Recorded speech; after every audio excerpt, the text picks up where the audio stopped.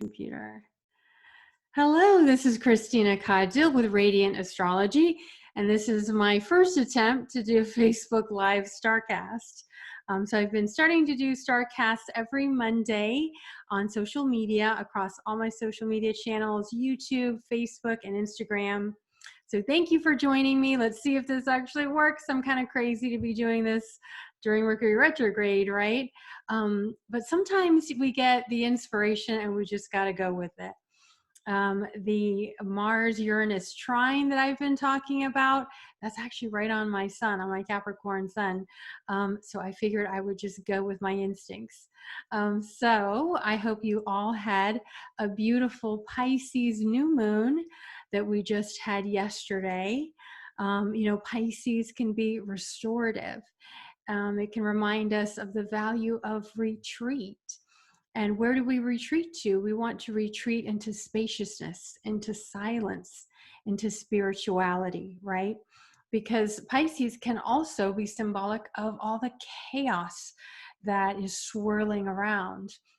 That's not only ours, but part of the collective unconscious. And so it's important to sort of like find those areas of the pool, right, of the collective pool where we can have our own private sanctuary. And of course, there was a lot more going on with this Pisces new moon that actually kind of made it more active than maybe some of us might have wanted to. We wanted to totally retreat, which hopefully you did have some of that. But I don't know about you, but any of you who have planets in the early degrees of the cardinal signs or of the earth signs, you may be feeling this Mars-Uranus trine happening. And it's also, the new moon was right in the middle of it, right? It was sextiling both Mars and Uranus. And today Mars is sextiling the sun exactly. And so that will help us, help to give us a little boost, a boost of energy, a boost of confidence.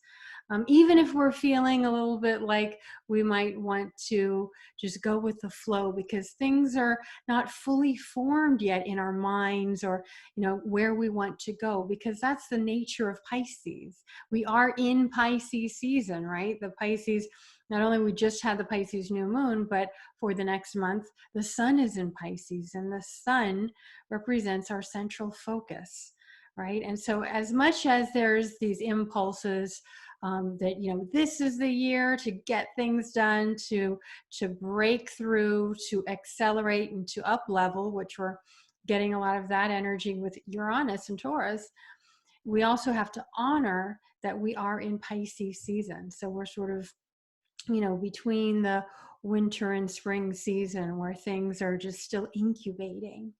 I mean, we don't consider the cosmic year to new year to really start until the Aries ingress, which is when the sun enters Aries March 20th. So until then, we're still in this Pisces realm. And so I like to just go with the flow. I mean, the moon is making a lot of aspects today. Right now it's sextile Jupiter, right? Jupiter's expansive. And Jupiter can also symbolize things like big news. And I just saw, like about an hour ago, the big news about Harvey Weinstein being found guilty of rape and sexual harassment, and that being a really watershed moment for the Me Too movement. And I think this is really significant. This is kind of the big theme of this week because we've got some intense Venus activity happening.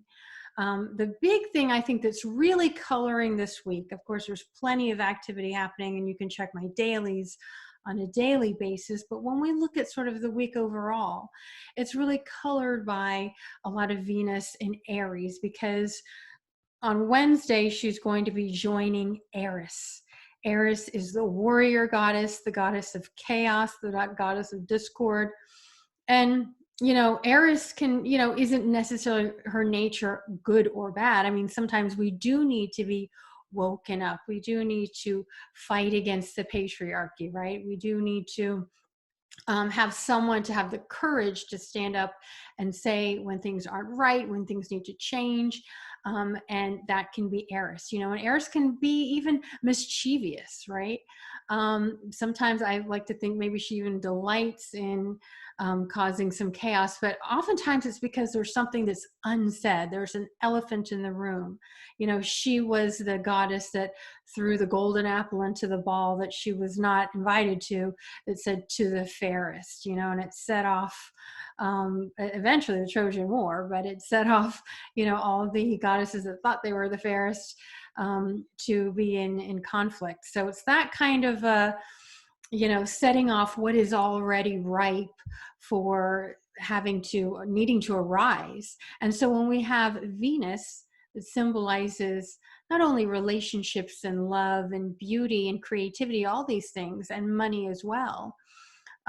She is the feminine, and she joins Eris, both of them in Aries on Wednesday, right? So the feminine is fired up.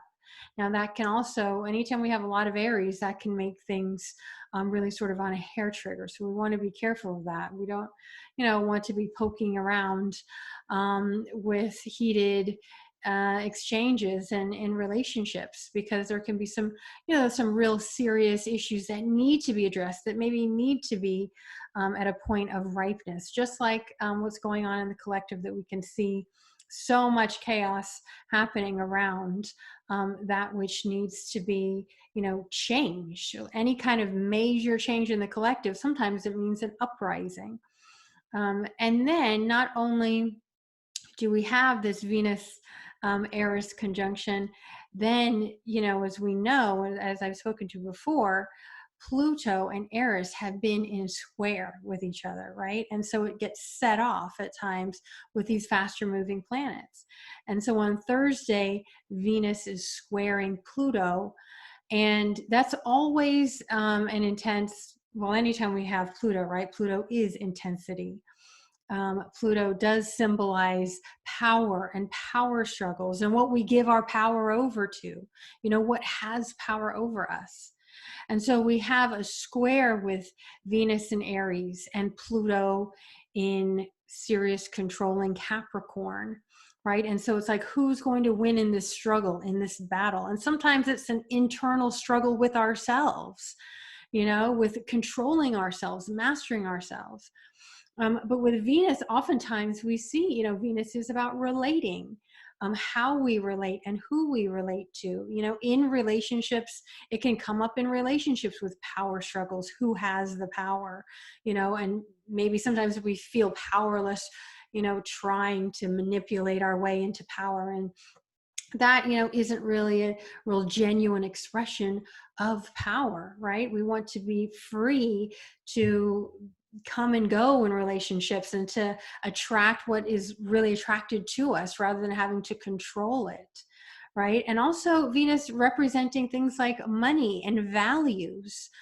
This is a real shift, a real need for change for something in your relationship or values or money area that really needs growth, and it really needs usually elimination first before we can truly grow and rejuvenate and regenerate that which needs change, right? So this is a real sort of intense process that's happening. And again, when we can see it in the collective, oftentimes Pluto has to do with things that have been hidden, whether they're secrets or whether they're things we've been in denial about, that come to the surface. And they've been often going on a long time, and now they are being exposed in order so that we can resolve them. And also we're in Mercury retrograde still. And so Mercury retrograde, what happens?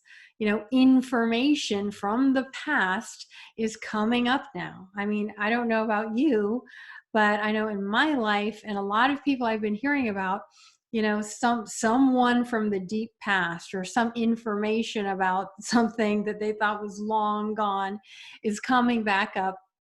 Some of it may seem insignificant, and some of it may seem really significant, and it's been festering a long time, and now is the time to deal with it, to resolve it. And speaking of Mercury retrograde, on Tuesday, Mercury joins the sun. So that's what we call Mercury Cazimi. And so when it's retrograde and has that moment of conjunction with the sun, which is about like 8:30 p.m. Eastern time on Tuesday, I believe. And that is sort of, well, that's the midpoint of the Mercury retrograde transit. And that can be a moment of clarity, right? As Mercury in retrograde, and also especially in Pisces, things can be distorted. We can either be escaping and in denial of something, or we can be overly worried or overly concerned, or feeling overwhelmed by life or by our responsibilities. And that moment in time with Mercury joining the sun, that can really be a moment of clarity, of seeing things with a new perspective, and of maybe gaining some perspective on something that we were not really clear about. I've actually found that this Mercury retrograde is really enlightening, right? As much as Pisces can be the archetype of confusion and delusion and illusion and fantasy, it's also about complete clarity when we get out of denial, right? When the fog lifts and we finally can see clearly. And so I'd love for you to tell me in the comments how this Mercury retrograde has been for you. Have there been moments of clarity? Go ahead, and if you're watching live, let me know in the comments, what is it that this Mercury retrograde has been enlightening for you? And I would look at, if you know your chart, late Aquarius to, I believe it's about mid Pisces is where the Mercury retrograde is. Mercury is going to go all the way to 28 Aquarius before it turns direct again. And so what house is that? Has information around that house been coming up? I mean, for me, it's been my second house, and it's crazy. I've been getting like refunds and things, weird like money things from months ago. And I've even heard people say that they've had contact from people from years ago. And so, Mercury doesn't discriminate when it talks about coming up from the past, especially in Pisces, which feels timeless, it feels eternal. Then we can really get some clarity from issues from the past.